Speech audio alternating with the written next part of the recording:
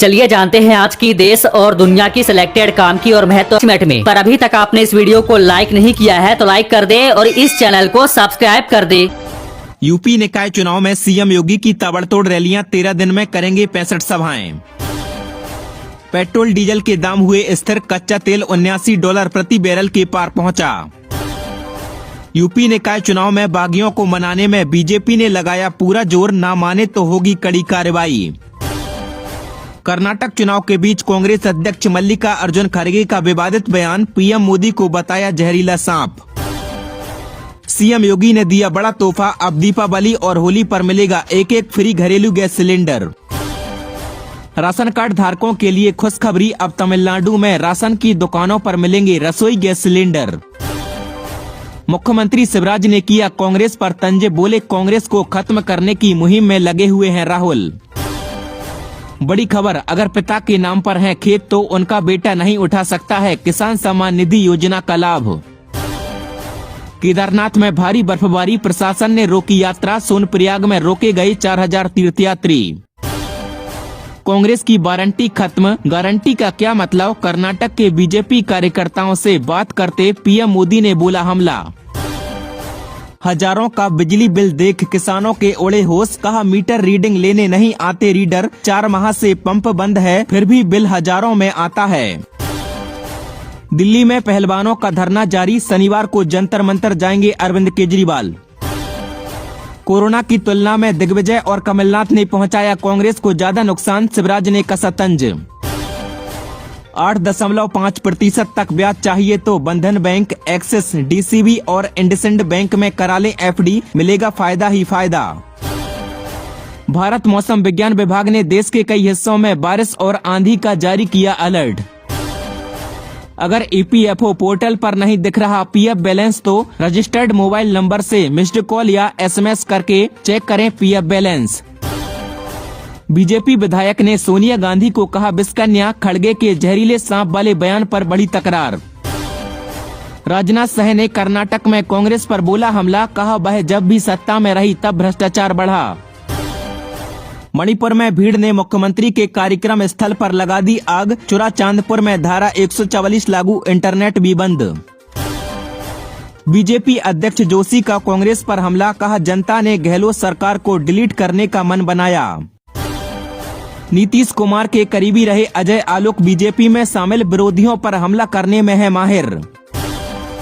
देश में पिछले 24 घंटे में कोरोना के 7533 नए केस आए, 44 की मौत, सक्रिय मरीजों का आंकड़ा 53,000 के पार पहुंचा। कर्नाटक के 2 दिन दौरे पर रहेंगे देश के प्रधानमंत्री नरेंद्र मोदी और इस दौरान वो 2 रोड शो भी करेंगे और 6 जनसभाएं भी आयोजित करेंगे। बड़ी खबर है, केंद्र सरकार ने अदालत से कहा कि नए IT नियमों के तहत फैक्ट चेक इकाई को 5 जुलाई तक नहीं बनाया जाएगा। वही देखिए दोस्तों, गूगल कंपनी ने पर्सनल लोन देने वाली 3500 एप्स पर बैन लगा दिया। अब ये एप्स प्ले स्टोर पर नहीं मिलेगी क्योंकि ये एप्स धोखाधड़ी करती है, आम आदमी को पर्सनल लोन देने के बहाने उनका शोषण करती है। वहीं अब जोमेटो से ऑनलाइन खाना मंगाना महंगा होगा क्योंकि ग्राहकों से प्लेटफॉर्म फीस वसूलेगी कंपनी। ₹2 प्रति ऑर्डर अब आपको फीस देनी पड़ेगी। ऑनलाइन डिलीवरी सेक्टर में मंदी और लागत कम करने के लिए स्विगी कंपनी की तरफ से ये फैसला लिया गया। अच्छा, बड़ी खबर है, सुप्रीम कोर्ट ने बड़ा आदेश दिया और कहा कि अब बिना शिकायत के भी दर्ज होगी FIR। दरअसल हेट स्पीच के मामलों को लेकर सुप्रीम कोर्ट ने देश के सभी राज्य सरकारों को निर्देश दिया और कहा कि नफरत फैलाने वाले लोगों पर बिना किसी शिकायत के भी FIR दर्ज की जाए। अगर देरी हुई तो इसे कंटेम्प्ट ऑफ कोर्ट माना जाएगा। सुप्रीम कोर्ट ने कहा कि धर्म के नाम पर हम लोग कहां पहुंच गए हैं, ये बड़ी दुखद बात है और इसीलिए नफरत फैलाने वाले लोगों के खिलाफ अब बिना किसी शिकायत के कंप्लेन के भी FIR दर्ज होगी। वही देखिए, राजधानी दिल्ली में ओवरटाइम काम करने पर अब दुगुना पैसा मिलेगा और इसके साथ ही श्रमिकों का फ्री मेडिकल टेस्ट भी कराया जाएगा। दिल्ली के श्रम विभाग की तरफ से कुछ और प्रस्ताव मंजूर किए हैं। दिल्ली सरकार ने अपने राज्य में काम करने वाले लोगों के लिए ये बड़ा राहत भरा फैसला लिया। ज्यादा जानकारी देख सकते हैं आप इसके बारे में। अच्छा, चीन से मेडिकल डिवाइस का आयात 152% तक बढ़ा है। सरकार ने नेशनल मेडिकल डिवाइस पॉलिसी 2023 को अभी 1-2 दिन पहले मंजूरी दी थी, तो इससे अब फायदा ये होगा कि हमारे ही देश में मेडिकल इक्विपमेंट की मैन्युफैक्चरिंग को बढ़ावा मिलेगा जिससे कि आयात कम करना पड़ेगा, है ना। और वही अपडेट है कि LIC के नए चेयरपर्सन बने सिद्धार्थ मोहंती 29 जून 2024 तक वो इस पद की कमान संभालेंगे। अच्छा, अतीक अशरफ मामले को लेकर भी सुप्रीम कोर्ट ने यूपी सरकार से जवाब मांगा और कहा कि आखिर दोनों की वैन सीधे अस्पताल क्यों नहीं ले गए, और सुप्रीम कोर्ट ने कहा कि आखिर हमला करने वालों को ये खबर कैसे लगी। तो देखते हैं योगी सरकार की तरफ से अब इस पर क्या जवाब दिया जाता है, वो तो अपडेट में आपको बता ही दूंगा। वैसे देखिए, प्रयागराज में जो अतीक अहमद के कब्जे में कई सारी जमीन थी ना, तो उनको खाली कराई गई जमीनों पर अब PMAY यानी कि प्रधानमंत्री आवास योजना के तहत होम्स बनाए जाएंगे, बड़े अपार्टमेंट्स बनाए जाएंगे जहां कई लोगों का आशियाना बनेगा। वहीं उमेश पाल केस में भी अशरफ का फरार साला जो है उस पर इनाम की राशि बढ़ा दी गई है, अब 1 लाख रुपए कर दिया है, जो पहले 50,000 रुपए थी। अच्छा, बड़ी खबर देखिए, यूपी राजस्थान के बॉर्डर पर नूह मेवात के 14 गाँव में हरियाणा पुलिस ने रेड डाली। 5,000 जवानों ने 125 हैकर्स और साइबर ठगों को पकड़ा है। अच्छा, पहलवानों और ब्रिजभूषण शरण सिंह का जो मामला चल रहा है रेसलिंग के अध्यक्ष का, उस मामले पर देखिए WFI चीफ ब्रिजभूषण के खिलाफ 2 FIR भी दर्ज हो चुकी है। यहाँ तक कि एक तो पॉक्सो एक्ट में और दूसरी बालक खिलाड़ियों के आरोप पर दर्ज की गई है। और दिल्ली पुलिस ने भी सुप्रीम कोर्ट में ये आश्वासन दिलाया, भरोसा दिलाया कि ब्रिजभूषण सिंह के खिलाफ FIR दर्ज होगी। पहलवानों ने तो ये ऐलान कर दिया कि जब तक ब्रिजभूषण सिंह जेल नहीं जाएंगे तब तक उनका धरना जारी रहेगा। उन्होंने ये भी कहा कि अब कोर्ट में वो सबूत देंगे। अच्छा, वहीं बड़ी खबर है, राजधानी दिल्ली में SCO के रक्षा मंत्रियों की बैठक हुई, जिसमें पाकिस्तान भी वर्चुअली रूप से यानी कि डिजिटली तरीके से शामिल हुआ। और इससे पहले ही चीन के डिफेंस मिनिस्टर से भी मिले थे रक्षा मंत्री राजनाथ सिंह। वही देखिए, सूडान में फंसे 750 भारतीय लोग देश लौट चुके हैं और अब तक कुल 1360 नागरिकों की वापसी हो चुकी है, यानी इनको रेस्क्यू कर लिया गया है। मोदी सरकार ने ऑपरेशन कावेरी के तहत सूडान में फंसे हर भारतीय नागरिक को अपने देश लाने की तैयारी कर ली है। 3400 भारतीय लोगों ने इंडियन एम्बेसी से संपर्क भी किया है। अच्छा, बैंकिंग न्यूज से खबर है दोस्तों, अगले महीने मई में 12 दिन बैंक बंद रहेंगे और टोटल कब कब छुट्टियां रहेगी इसकी जानकारी भी आप इस टेबल में देख सकते हैं। अलग अलग तारीखों पर अलग अलग राज्यों में कुछ त्योहारों वगैरह के चलते बैंक बंद रहने वाले हैं, है ना। वह देखिए, PM मोदी ने 91 FM रेडियो स्टेशन शुरू किए। 18 राज्यों में 2 करोड़ लोगों तक पहुंच बढ़ी है।